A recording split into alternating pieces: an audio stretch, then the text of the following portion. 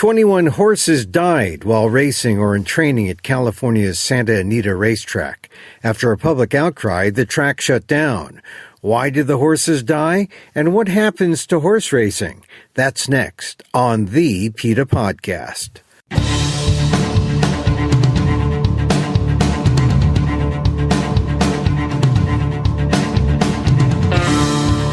Welcome to the PETA Podcast. I'm Emil Guillermo, your host for this behind-the-scenes look at PETA, the largest animal rights organization in the world. Here we talk to the key players at PETA and the movement and ask them about how animal rights change their lives and how they stay motivated to make the world a better place for the animals. On today's episode, Whither horse racing. After 21 horses die at Santa Anita racetrack in a 2-month period, was a drugging of horses to blame? I would guess it is the medication, and that is based on the necropsies of so many thousands of horses who have died this way. When is racing going to get the point is really the question here. We know that medicating horses masks their injuries. We know that injured horses break bones, and horses who break bones die. Why is this allowed to continue? Kathy Guillermo, PETA Sr.VP, talks about the deaths and the pressure PETA put on Santa Anita to shut down temporarily. The track will reopen on March 22nd, but has promised to make reforms. Still, PETA is calling for the Los Angeles District Attorney to launch a criminal investigation on the horse deaths. In my conversation, I'll cover what's at stake for the horses and racing on the PETA Podcast. But first, thanks again for joining us here at the PETA Podcast. This is episode 59 in our second season of shows. Please share a link with friends. Let them know the animals have a voice on the PETA Podcast. And if you've just found us, welcome. And keep binging. There's lots to listen to on the PETA Podcast. Still wondering about your Canada Goose jacket? It's still cold out there in some parts. You can ditch it and still stay warm and vegan. Listen to episode 44. And for more on animal testing, listen how scientists have turned it into their own welfare system on episode 11. Remember, if you're on Apple Podcasts, don't forget to rate and review the show. It helps the algorithm know that PETA has a podcast on the issues important to you. There's also a link to a survey in our show notes. If you're so inclined, we'd love to hear your feedback. Now, if you really want to help the animals, you can always hit the Donate Now button at PETA.org. And if you're high-tech and have Amazon's Alexa, it's as easy as saying, Alexa, donate to PETA. And now to our episode. Santa Anita Racetrack is one of the premier horse tracks in the nation, if not the world. But even at Santa Anita, the woes of horse racing have been hard to ignore, especially after 21 horses died from December to February of this year. Here's my conversation with PETA Sr.VP Kathy Guillermo on the PETA Podcast. First of all, the basic facts are that 21 horses since the end of December have broken bones and been euthanized on the track at Santa Anita. And this includes the training track and the grass or turf track and the dirt track. What we know from thousands of necropsies in California that have been done on horses who have died in this way is that they break bones usually because they have a pre-existing injury. They have something wrong at the joint or at the bone. For some reason, they're medicated and put on the track in spite of this, and that bone breaks, and that's the end. What is the difference between breaking down during training and breaking down during a race? What is the split?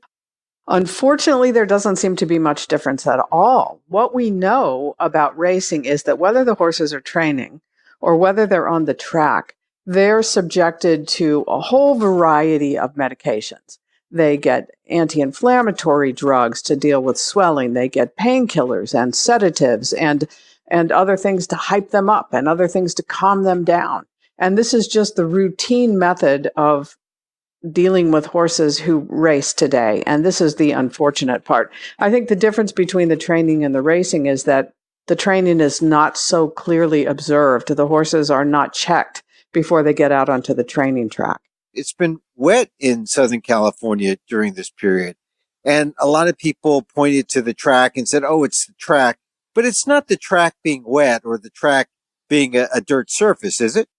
We do know that grass or turf courses are safer and that sometimes tracks can have an effect on how many horses break legs. But in this case, I think that is the convenient smokescreen for the racing industry. And it's a weird thing about people in racing. First of all, they don't want the public to know what a bloodbath the whole thing is. You know, how many hundreds and hundreds and hundreds of horses die on racetracks around the country. They'd like to keep that secret. And when it does come out, as it has at Santa Anita recently, they'd like to have a convenient scapegoat. Oh, it's this unusual thing we have going on between the weather and the track.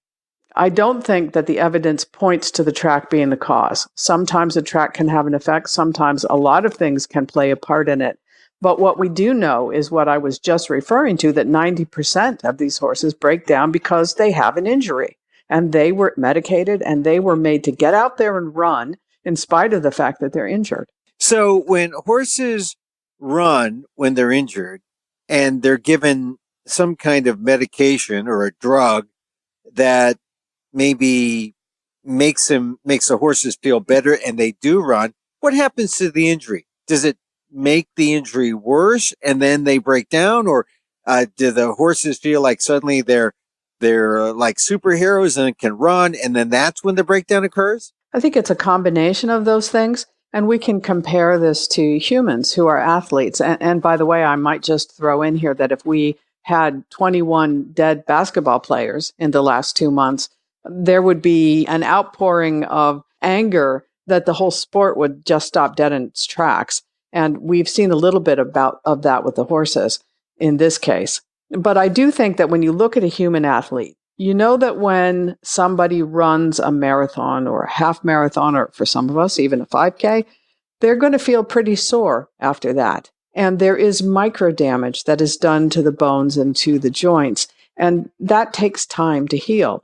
If human athletes were simply given medication and told the next day, get out there and run another marathon, eventually that's going to take its toll. So I believe that's what we're seeing here. These horses have a bit of damage from a stress to their joints or their bones, and they're given the medication. But as you point out, they may also be feeling pretty good because they've got painkillers in their system. They've got an anti-inflammatory. They've had a sedative. They're relaxed. So they're not feeling the pain of an injury. So the combination of those two things seems to cause the broken bones.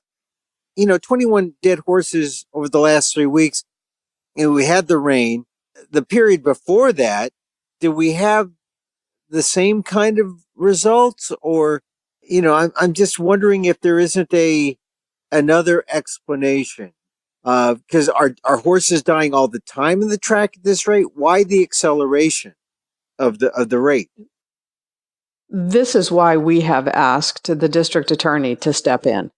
We know that the California Horse Racing Board is going to be looking at these necropsies. They're going to be seeing what condition the horses were in. They will look at the medications. But we need somebody who's actually looking at this from the standpoint of whether or not these horses were in some way abused. Were the trainers or the veterinarians violating anti-cruelty laws by the way that they were treated? We need somebody who's going to be looking at it from more than just what does the corpse of the horse show us. And it may very well be that there are more factors than just the medication and the injury, although evidence seems to indicate that would be the case. It's unusual for Santa Anita to have this many dead horses. And I hate even to hear myself say that, but we have to be very honest about racing. It's carnage. I mean, there are so many horses who die. There are as many as 3 to 5 horses who are dying on tracks in the United States every single day. And this is business as usual in this shocking sort of way with horse racing today. And I think that's why so many people have become extremely upset. They just weren't aware. And I have had a number of people say to me, why is horse racing even a thing in today's world? And that's a very good question. Well, why is it a thing? Or why is it still a thing? I mean, the heyday of horse racing might have been in the 30s and the 40s. And now we have, for a long time, there was no Triple Crown winner. We've had a number in the last few years, or a couple, but horse racing as a sport, as a popular sport, has really dwindled. And is this the thing that might be the tipping point? It could very well be. And if I were somebody who was in the racing business today, I'd be looking for a new job. We already know that racing has decreased greatly over the last decade. And just in the last 10 years, the number of thoroughbred foals born in this country has gone down from more than 50,000 to fewer than 25,000. I think it was about 20,000 last year. So it's already going away, probably not fast enough. And there's one reason I think that we could point to for the reason that it hasn't died a natural death already, and that would be slot machines.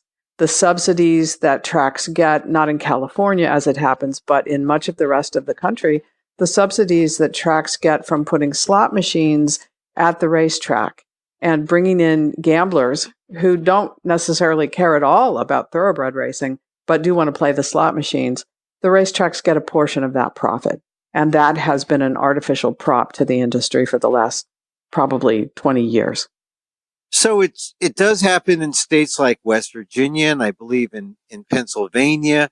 But it would seem to me that if you have the slots, why have the horses? Or if you have legal gambling establishments at the track, it almost puts the track in a different business. Why even go with the live horses, except maybe as a nostalgia kind of thing, in the same way that people hang on to carriage horses around Central Park? The racetracks were how the casinos got the slot machines in. Most states don't want to allow additional gambling. And the way that the casino owners were able to work their way into these various states was by saying, well, at the racetrack, you have gambling already. How about you approve it? We'll put our slot machines here. We'll give money to the horse track and to the people who breed and raise and train these horses, and won't be in any way intrusive in the community because gambling's already going on here.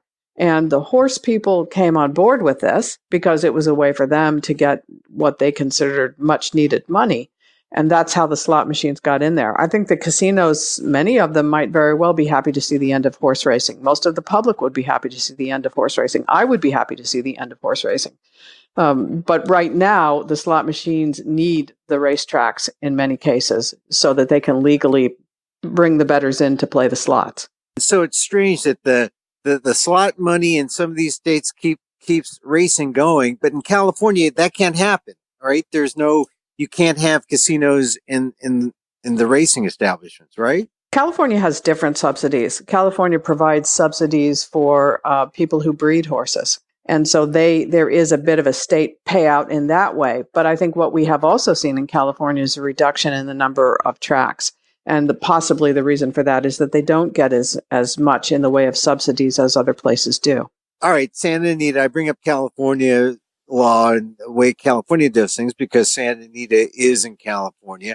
What's PETA doing about the Santa Anita situation? What's Santa Anita doing now about it? Fortunately, after we urged the track to shut down while they sorted this out, they did so. And they have closed up all racing. There is some training going on there, I believe, but there is no racing that the public can go and see right now. And it will stay closed until the 22nd. We are calling on the district attorney to open an investigation into the trainers and into the veterinarians to find out what exactly was going on. We'll be protesting on Thursday outside the district attorney's office in Los Angeles County, trying to urge her to do the right thing in this case. And we're in close communication with Santa Anita to make sure that they are doing everything they can to make sure that not another horse dies. So far, they have promised that they will implement some protocols that should help to prevent the deaths of horses. But I think it won't go far enough.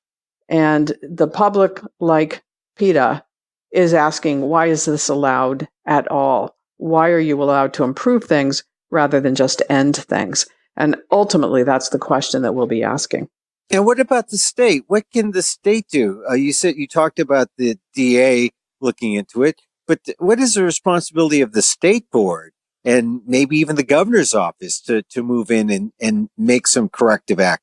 We did ask the governor to step in and shut down the track if Santa Anita did not take that action on its own. Unfortunately, it did. And the governor could play a part here. The California Horse Racing Board is a state agency. And the first thing they need to do is stop pretending that they don't know why horses break down and stop pretending that horses aren't called chemical horses because they get so many drugs, and stop pretending that there's almost nothing they can do to fix it besides wring their hands. The California Horse Racing Board has huge authority within racing in California, and they can take serious action right now. They could shut down the track themselves if they needed to. And certainly they can be looking at medication rules. The first thing I would say that the Horse Racing Board needs to do is outlaw all drugging of horses. And this is just one easy thing that would prevent so many deaths. There's an incredible amount of suffering that goes on, and this is only one bit of it. But if a horse needs to be on medication for injury, that horse shouldn't be near a track. And that's the first thing that the California Horse Racing Board can do, is stop caving in to the trainers who want to keep their horses medicated and racing. By that answer, it indicates to me that you think drugs are really at the center of this and the drugging of horses. There may be many reasons for it. There may be 2 or 3 reasons for it. There may be one reason for it. But if there is one reason, I would guess that it is the medication. And that is based on the necropsies of so many thousands of horses who have died this way. When is racing going to get the point is really the question here. We know that medicating horses masks their injuries. We know that injured horses break bones, and horses who break bones die. Why is this allowed to continue? You mentioned the trainers. We've been talking about the track, but the track is separate. It's its own entity, and that the trainers go to the tracks to run their horses. And the trainers have exhibited a lot of power in determining what the track does. It seems like the track is now taking back some power and is maybe at odds with the trainers, and that the real blame should be the hands of the trainers and owners who must race in order to make money. They must race in order to, get the purses up high. The purses go to the owners then take the purses and pay the trainers. And that's really, if we are to follow the old adage, follow the money, that's where the money is in this sport, right? It's not really in the bettors. It's in how the trainers make money off of their owners, right? That's exactly right. And the trainers wield a lot of power in this. And first of all, though, I think it's important to say that anybody who is in racing, anybody who's in the racing industry is complicit in the suffering of these animals. And, we can talk about the breakdowns at Santa Anita and the 21 dead horses and the tragedy of the 1,000 to 2,000 horses who die every year across racetracks. But I think it's also important to note that their lives, from the beginning of their training as a 2-year-old until the time that the racing industry is done with them, their lives are not great. Most thoroughbreds spend 23 hours a day in a stall once they begin racing. They begin racing them at the age of 2. They're not physically mature, even. By the time horses are so-called retired or passed on to somebody else or end up at an auction where they may then be sent to slaughter, sometimes at the age of 5, just as they're becoming physically mature, they're burnt out and arthritic. Thoroughbreds suffer from PTSD at the end of their so-called racing careers. This is a cruel industry, and I just think it's so important for people to understand that while we talk about these deaths and the tragedies that they are and why they happened and try to get to the bottom of why they happened, we have to stop and think also that what is going on here is that somebody is whipping a horse to run around an oval as fast as he or she can. And people are putting money down on that and betting on it. But once again, it's not the bettors so much who are driving this business, the betting handle. It's really, it's the business exists because trainers get people with lots of money who buy horses and then race them. And then the trainers get their fees to train and also to care and feed the horses. And the owners who have invested all this money on sometimes millions of dollars on champion horses, they only get paid off on their investment if they race and win purses. So you're on this, we must train, we must race, we must train, we must race. And many of these trainers only win maybe 30% of the races, if that, maybe 20% of the races. It's a kind of like an ugly vanity sport that's driven by the owners who are manipulated somewhat by the trainers, and the bettors are kind of there for the ride, but they don't really drive this thing, do they? I get probably 12 or 15 calls from whistleblowers inside the racing industry every week. And PETA has also done a number of undercover investigations of the racing industry, including one of the top trainers, Steve Asmussen. And people can go to PETA.org or Google PETA and Asmussen and see the video from that investigation. And you're right. The trainers are in control in a way that is unhealthy. And I think back to the attempt by some racetracks to make the track surfaces safer as they look at all the reasons why a horse might break down on a track. How can they make it safer? And it was determined that a synthetic track, something that's made of a combination of a composite of materials, was actually safer than running on a dirt track. And so some tracks put those synthetic surfaces in. One of them was Keeneland, a famous racetrack in Kentucky. And in fact, the number of horses who broke bones decreased. So this was a good thing. The trainers don't like the synthetic tracks, though. And my understanding from the media coverage that I have read is that the trainers said to Keeneland, we will boycott you, and you will not get the big fall race, the Breeders' Cup, until you get rid of the synthetic track. And Keeneland caved into that and put the dirt track back so that they could attract the big races.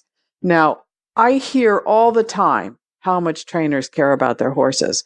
But what I see and what I know is they put their horses on tracks that aren't as safe as they could be. They medicate them week in and week out. And then when they're done with them, they dump them off on somebody else. That's the racing game. Right. What gets me is that we don't even talk about what happens to the most successful horses. You talked earlier about how horses can get PTSD by from the things that they experience and from racing itself. A lot of the champion horses become breeders. They are sires, or they're brood mares. And because this is really how the sport replenishes itself. It creates these bloodlines and offspring. And in some ways, does that explain how what we're seeing with the current bloodstock, the current, set of animals, does that play a role at all in either the weakness of the thoroughbred breed and why we're seeing many of them die off due to breakdown? There are many people who think that's exactly what's going on. And you have to just think about it logically. First of all, I don't think people should be breeding thoroughbreds or any horses at all, because there are so many horses who end up being shipped to slaughter in Mexico or Canada because there's no place for them here. But if you look at what happens with the so-called famous horses, or the ones who win a certain amount of money or are high profile, some of them are retired at the age of 3 to go to the breeding barn. And that's because either they were injured or because there is a fear that they will be injured because they appear to be vulnerable to injury. So if you think about this logically, then they're taking horses who seem to have a predisposition to injury, and they're breeding them, and they're creating more horses who may again have that predisposition to injury. And if you look back at many of the horses who have broken down, and you go back far enough, we have seen some pretty well-known horses in the background in a lot of these. It's just bad feet can mean bad feet from one generation to the next. So breeding could have a lot to do with this and how they're doing it.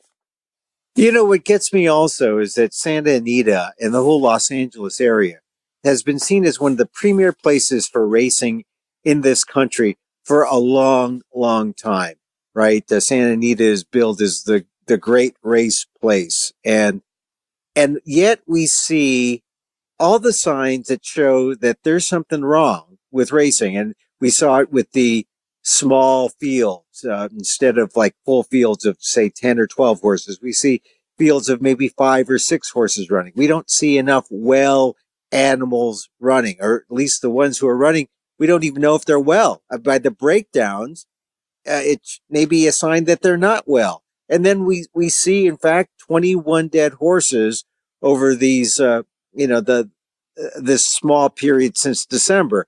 And it makes one wonder about overall the health of racing. And if it isn't time to say, that's it, it was a good game for decades, but well, it was not really a good game, but it's lasted for a long time. But like a lot of things that saw its heyday in the 1930s and the 1940s, maybe it's time for racing to end.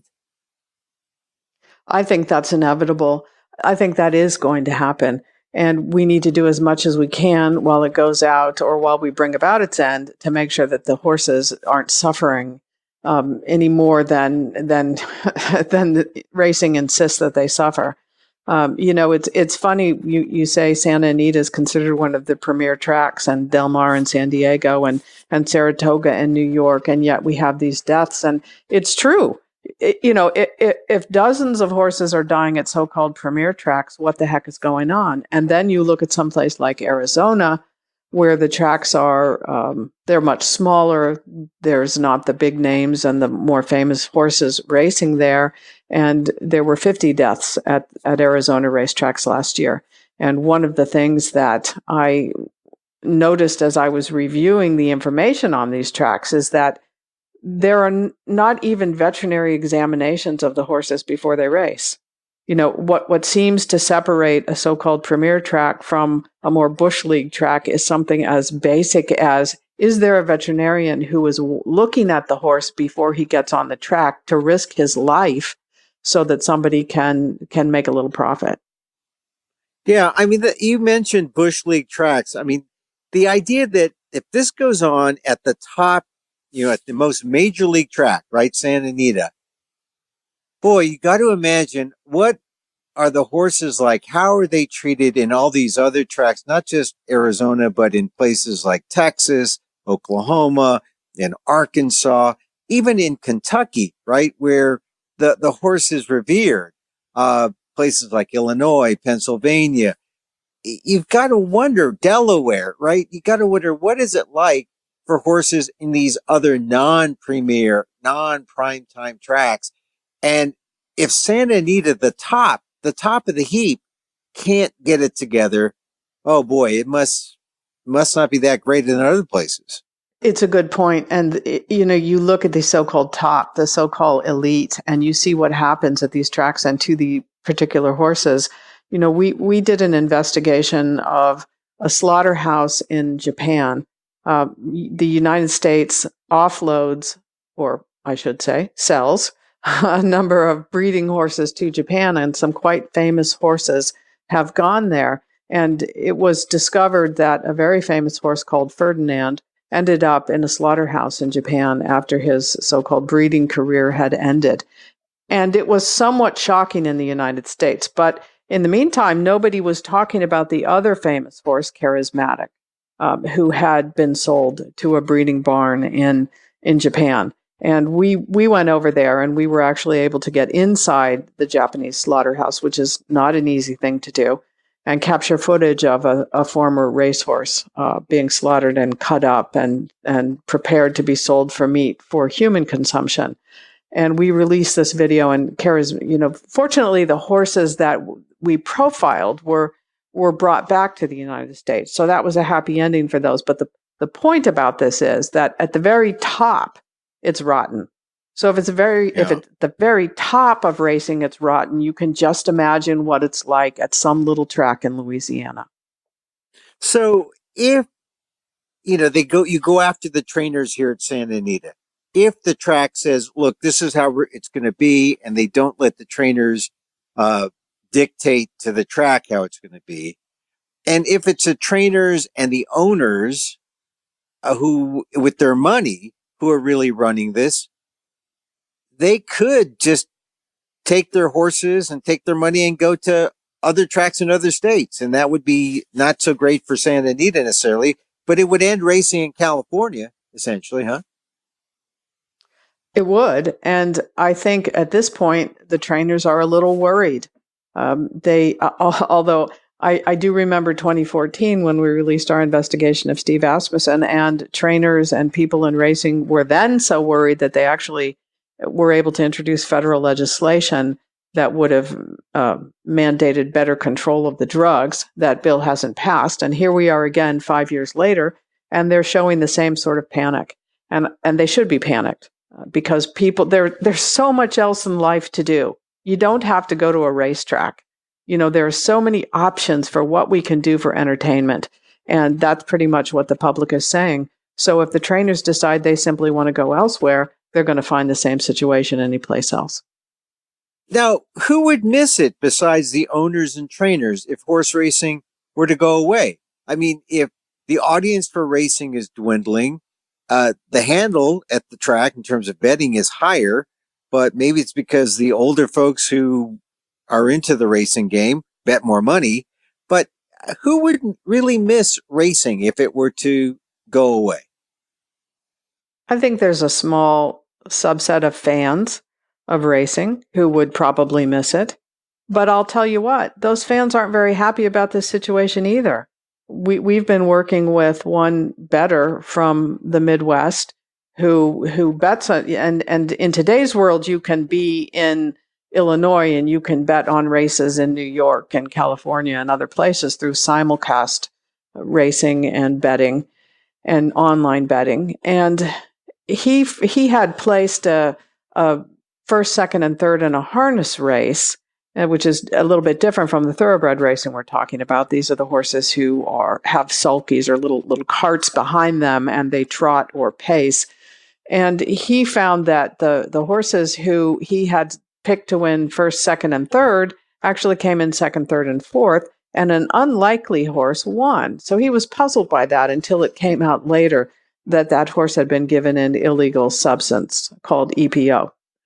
And he felt that race was fixed, which I would think indeed it was. And he has brought a lawsuit against the owner and the trainer of that horse who was illegally drugged because he believes he should have won something over $30,000. And he didn't win because of that race fixing. And I think every bettor who puts money down on a horse has got to know that the outcome of that race is going to be affected by the condition that horse is in and the medication that the horses have been given either legally or illegally to affect the outcome of that race. And I think the bettors are pretty unhappy about that. Well, it's the integrity of the game, and that brings us back to Santa Anita, where if drugs were masking the injuries of horses, or were making the horses feel like they could run when they could not run, and in fact, 21 dead horses is proof of that. Well, then that takes care of the bettors in terms of, well, you shouldn't bet on a game that's rigged or a game that lacks integrity. I guess now the focus should be on the owners and the trainers to make things better. They have so much power. And if every trainer in America said the drugs stop tomorrow, that would do a lot right there. That would do a lot.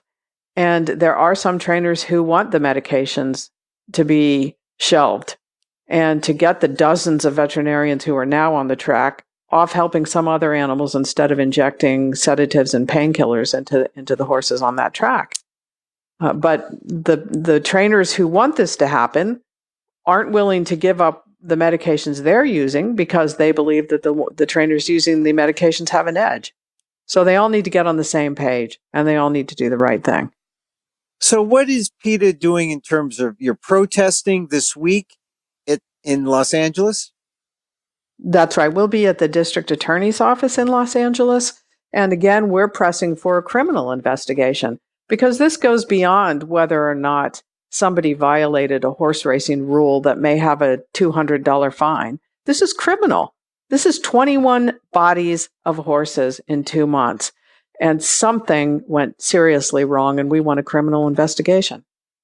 And what should people, what should our listeners do if they care about the animals? I mean, is this a kind of thing where just like protesting the circus, protesting, other animal, uses in entertainment, is this one of those things where we've got to see an end to this? What can listeners do? If they're in Los Angeles, they can join us. If they're anyplace else near a track, they can protest that track. They can certainly go to PETA.org, and we have various action alerts or ways that people can take action to protect horses, and they can certainly stay far away from racetracks. I wouldn't turn on the Kentucky Derby this year. I would just not put it on my TV. As a protest, I would see if we could get those ratings to plummet. They've been going down every year. Why support even by watching this race on television?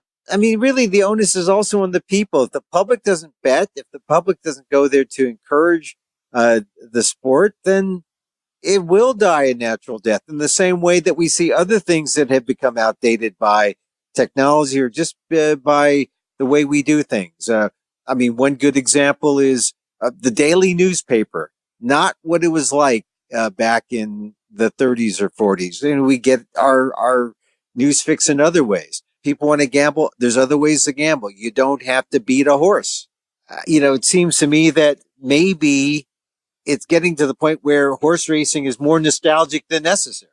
Yes, and I will have more nostalgia for a newspaper than I will for a racetrack.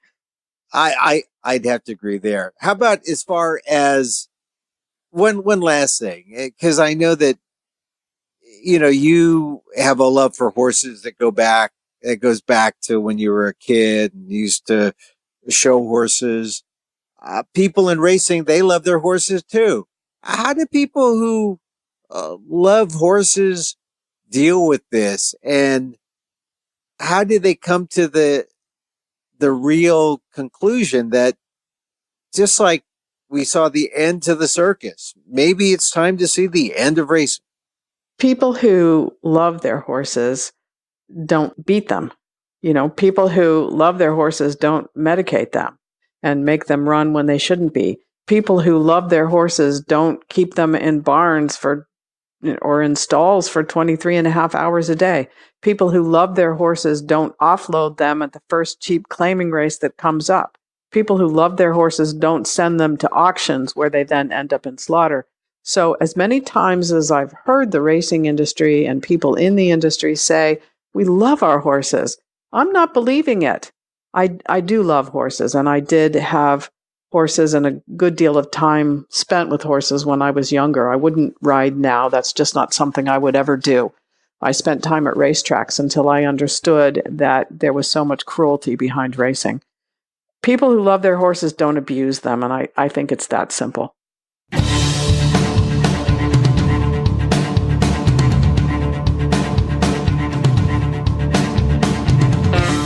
PETA Senior VP Kathy Guillermo on the horse deaths recently at Santa Anita, the call for the DA to investigate, and for racing to make massive reforms. Get more information and take action about the future of horse racing. Go to PETA.org and go to the show notes for links to videos like PETA's groundbreaking investigation on trainer Steve Asmussen. That's all in our show notes, or just go to PETA.org.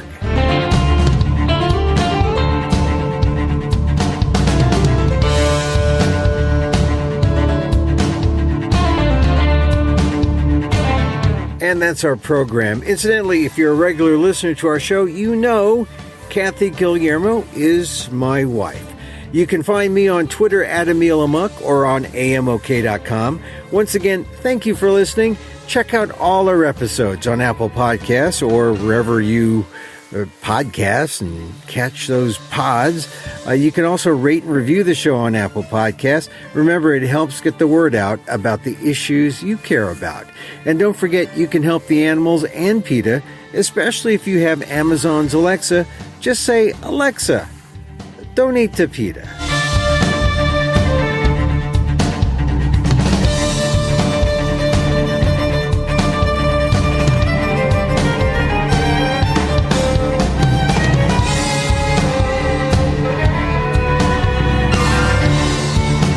Our music is provided by CarbonWorks. Check them out on YouTube.